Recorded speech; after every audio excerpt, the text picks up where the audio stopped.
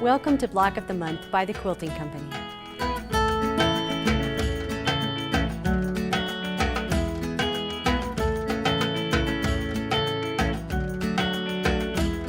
This lesson will cover the Starflower border. This border includes applique stitching. Let's start with our first unit. To make the first unit, join A, B, and CR. And remember, the R stands for reverse. Make 4 ABCR units. Then make 4 of the ABC units. Press the ABC away from the green. Press the ABCRs towards the green.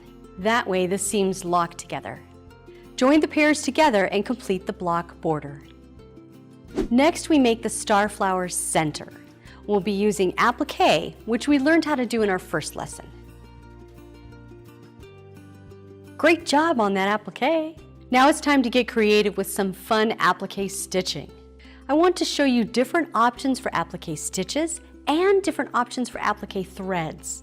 First, let me show you something that wasn't my favorite. I chose this variegated thread because I thought it would match perfectly and look great.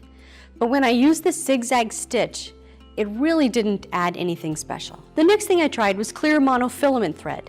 I did a simple outline stitch and I really liked the clean lines that it gave me. The last was a thicker variegated thread. I love the way it looked. I'm very pleased with how this buttonhole stitch turned out.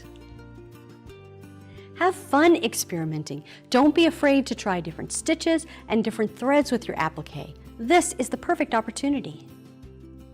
No Weeds Here Block of the Month is brought to you by Hoffman Fabrics, made to inspire since 1924.